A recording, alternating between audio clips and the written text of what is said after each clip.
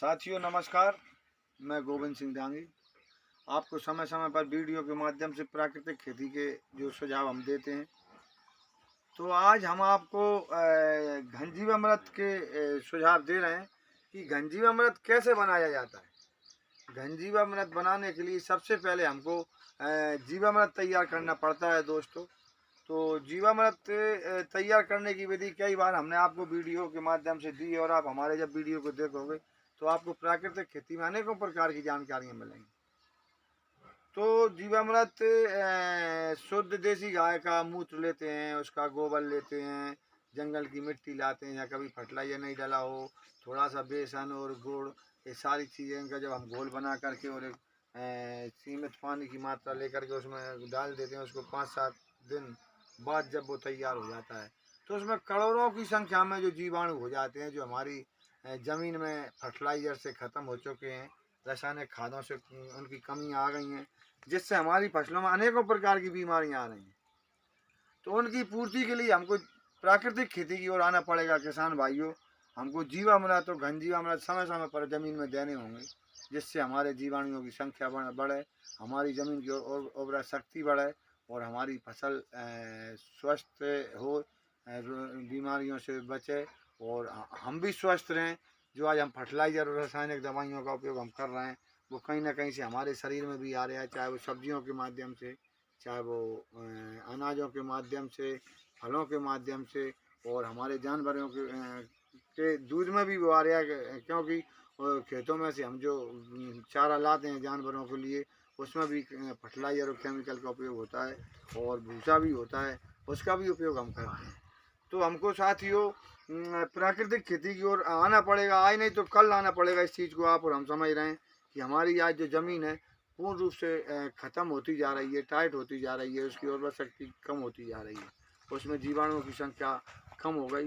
आज हमने जो पेड़ पौधे होते थे वो भी सब काट दिए, तो उनकी भी हमको ज़रूरत है हमारे खेतों में।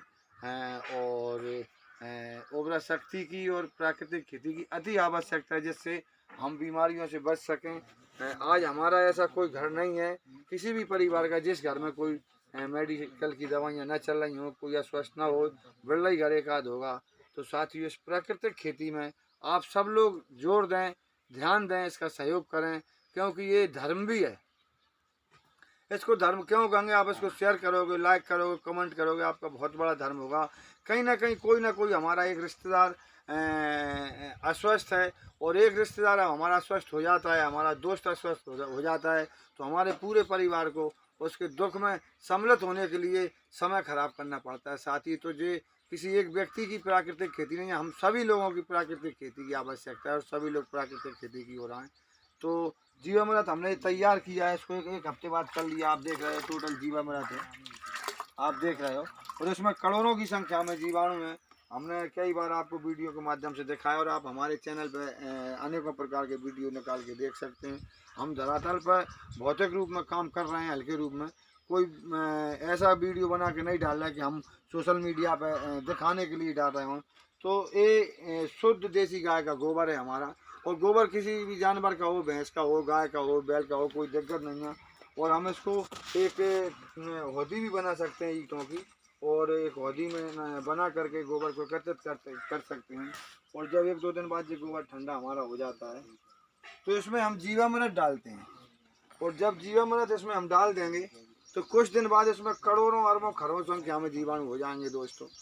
और जब पूर्ण रूप से तैयार हो जाएगा, ये हमारा पुराना घनजीवामृत बना है, आप देख रहे हो, देखिए जी हमारा पुराना घनजीवामृत बना है। हमारी खाद ऐसी हो जाएगी, और जब हमारी खाद ऐसी हो जाएगी तो हम इसको अपने खेतों में जुताई के समय में भी डाल सकते हैं, फसल बोने से पहले भी डाल सकते हैं, पेड़ पौधों में भी डाल सकते हैं और सब्जियों में भी डाल सकते हैं दोस्तों।